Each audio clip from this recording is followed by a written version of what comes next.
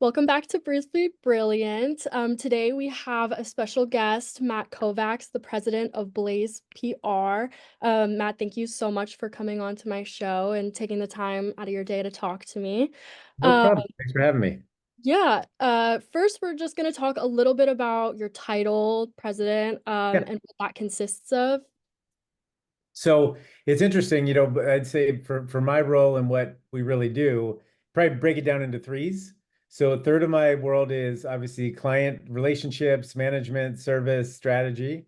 A third is team, so managing the team, the staff, motivating, mentoring, in that regard. And then the final third is really business development. So, looking for new opportunities, selling Blaze out there for, other brands, prospects, working. We have an external business development agency, so managing that so that, we're always filling the pipeline. Perfect, yeah. And then we're gonna start with the fast five questions just Nice. to get into the groove of things. Where did you attend university? So I went to University of Southern California. Very nice. And what did Yeah, you study? studied I studied communications and history. So this was at a time where I think it was Annenberg and PR wasn't as big a deal. So this was, sort of the precursor to it. And then was able to take that and get a career in PR. Did you find that what you studied, your major, helped you in the field of PR? Yeah, I think it's interesting. I think that and I say this to, again, be it for informational interviews, interns, people that work for us, you learn a lot from the communication, probably theory and process and all those aspects. But until you're in the real world and dealing with the human element, Yeah, you might have a client that had a bad day, a reporter might have something going on. You really have to learn how to negotiate people. And I think that's what I learned more so in communications versus a lot of the PR degrees now are very cookie cutter of learning strategy and releases and plans versus how do people communicate, yeah, being able to read interpersonal elements and all those things. So I think that's what was valuable for me, and having the that type of learning and then being able to apply that. yeah. And then why did you choose PR? It's interesting. I don't know that I chose it per se. When I was coming out of school, one of my roommates, his father owned a sports marketing agency in Chicago. So I Mhm. went to work there, and within that, it was sports, but there was PR, and it was a way that you were able to do both elements. And I think I've sort of gravitated probably more so with the PR side of telling stories, meeting reporters and media, and then that became from there. I went to Levi's. So I worked for Levi's on the East Coast and in their communications department. And then I went to Lids, which was at the time the startup that was the hat retailer. Yeah, And that was more of jack of all trades, entrepreneurial, where you're doing PR and marketing and store sets and all that. So PR was always sort of the thread they carried through it. And then went to a agency and was able to just really, take over from a PR standpoint. So that's really the how it connects. But it wasn't, I didn't set to be, in PR, but that's sort of how it worked. yeah. And was that a sports marketing job? Was that your first job in the industry? It was, yeah. And it was, fortunate it was, the Chicago in the early 90s. So you had, Michael Jordan and the Bulls, you had, the Cubs and Bears. Those were all clients we worked on via directly and via different brands within the city. So it was a good way to learn directly with, again, at the professional level and, with athletes and also, teams that were winning and were, conquering the city really.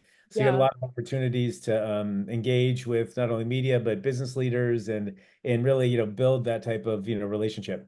that's honestly amazing to hear. I mean, I wish that could have been me. I'm a sports business minor currently, and Nice. you can only imagine what that would be like being in Yeah, it was Chicago it during was that interesting. time. Yeah, and it was different than probably the way it is now in many of the it was probably in the infancy of a lot of the athletes and there was no social media, so there was much Yeah, more, you had events and people would show up and want to be involved and you needed the press to get the word out to have people come. It was less about, athlete X just saying, "Hey, I'm going to be at this place," or, "Come find me." It was very much old school, the press release to the reporter to the TV station, all those things. do you have any funny stories or mistakes you made from that time that you can share with us today?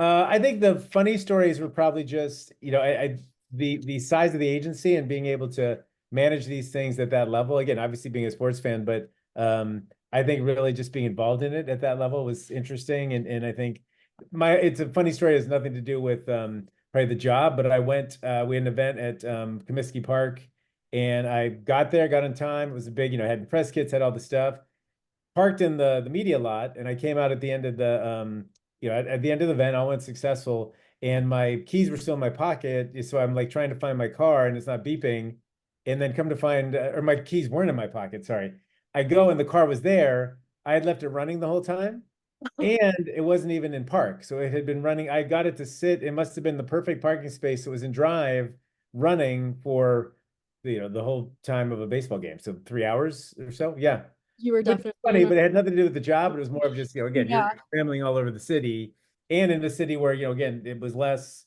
car transportation. You Mhm. use your car every once in a while, and it was, to transport for this event. But yeah, that was a pretty good story. That is a good one. You were Yeah. clearly in a rush to get to those seats. Right, right.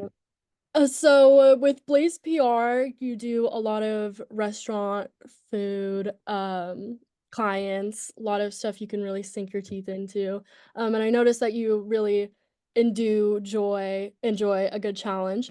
What are some common challenges that you see with entry level people that you hire coming into Blaze specifically, and some things that you help them work on? I think some of the challenges now, and it's evolved. I think, always we talk about always, always working your writing, pop culture elements, knowing what's going on, because when you're interacting with reporters, they might talk to you about, are the Dodgers going to make the World Series? Is, this happening? Have you seen, Terrifier 3? And you never know where a reporter's going to go. Yeah. So it's important to really know what's, what's on the pop culture spectrum.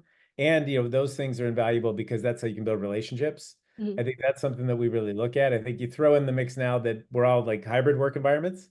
So we go in like, probably 1 to 2 days a week, but it's not always the same people those 1 to 2 days. So you're trying to build those relationships, and as new people coming in, it's the abilities for, to spend time with them, not just, hey, let's order in lunch, because a lot of times people, you get the lunch that comes in and everyone goes to their desk. Mhm. Or you're in the office together, but everyone's on a Zoom. So it's ways that we try and interact, I think, at a deeper level. So we've gone to, LA Galaxy games together, different interactive things that maybe, no one had been to a Galaxy game. So it was like, let's go, let's take the whole team. So there's ways to incorporate that in for newness for everyone. So it doesn't feel like, you're the third wheel or whatever as a team member. So there's things like that we look at. And then also we have the younger staff do a lot of the lunch and learns. So they're the ones that will, attend a webinar or attend an event and then come back and say, hey, here's what I learned, here's what I saw. And it's a way to have for them to work on their presentation skills and just being able to talk to people. But also it's a way for us to get, we can't be at every event all the time. So it's a way to, spread that out.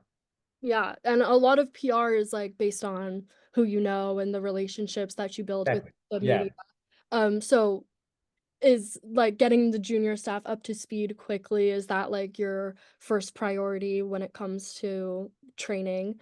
And Yeah, then I think it's yes, and I think it's a couple things. One is getting them, to learn sort of the Blaze way. So Mhm, having that happen, and look, we hire a number of people that were interns that come through our sort of system, and then you're able to bring them on board, and the dating phase has already been through as they've been interns. mhm, I think the other thing is, there's always the trust level. Did they understand it? Did they get it? Would you trust them? Obviously, they're talking to reporters, but then do you trust them to be able to interact with clients and be able to sell what we're doing and show the value and the strategy, and not just, hey, we got this article, and then it sort of falls flat. You have to explain, well, why did we secure that? It took time, it was, work, effort, energy. What are the numbers behind it? Why this website makes sense, or this article versus another one, and those things. So it's really educating them to tell the whole story and mhm. connect with clients that way.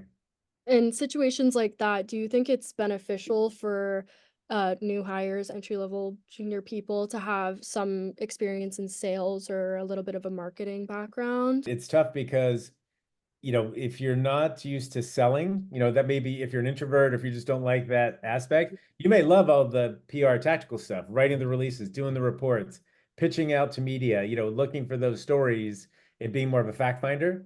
But if you're, if I'm trying to force you to be selling and go, sell this, go to an event and you have to talk to all the people, that might be terrifying for someone.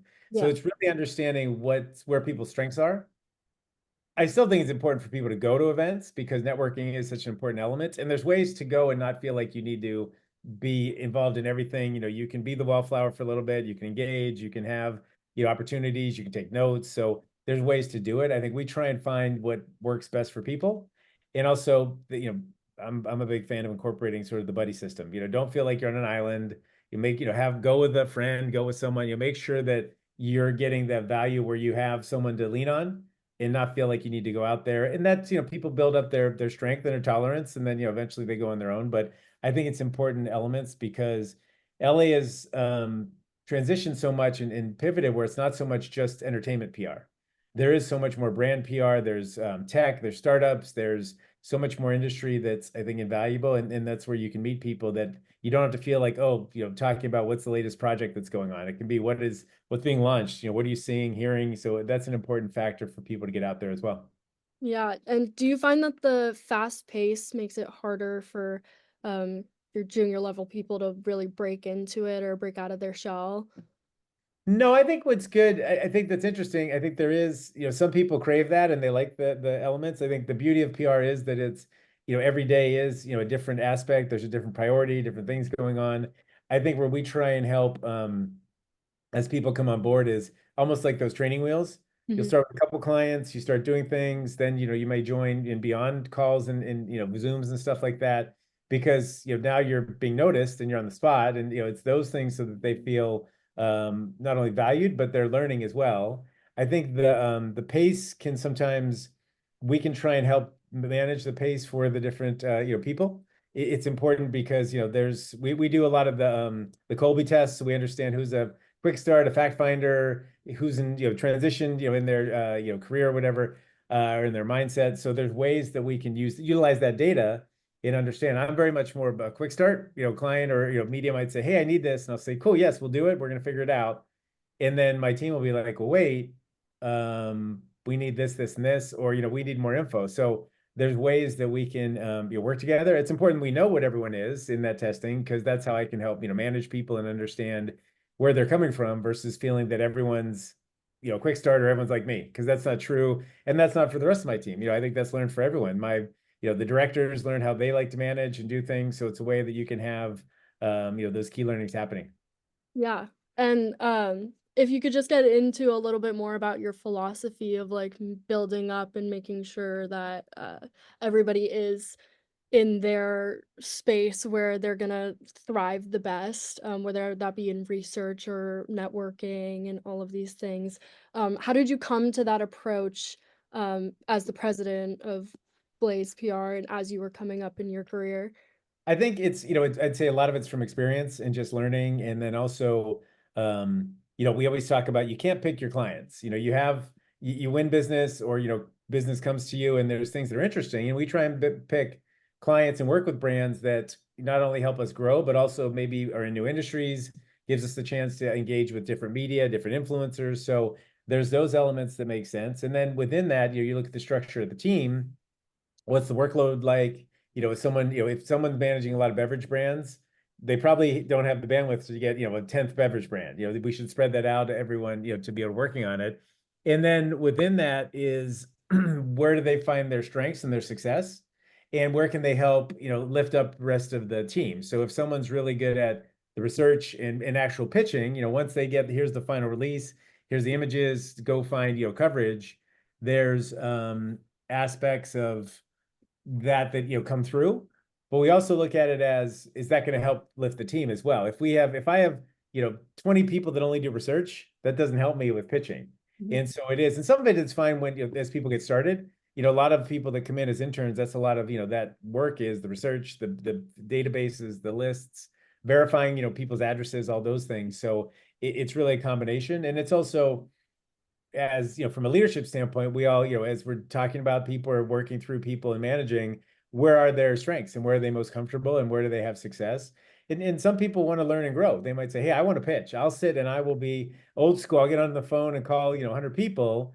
And look, so much of it these days you're not going to get a hold of anyone, but you're getting your pitch down, you're talking, you're able to have those comfort levels so that even via email you're able to have engagement that way. So I think it's important that we give those opportunities, but at the same time, they have to have, a reason behind them and have for success. Perfect, yeah. Thank you so much for joining us. Our 15 minutes is up. But as always, is there anything you would like to add? Any piece of advice or wisdom? I think we touched on a lot of it. I think for most of it is, and look, I still do to this day. You always work on your writing and always be, kept up to speed and always be, learning that way. I think that's an important way to challenge yourself. Thank you.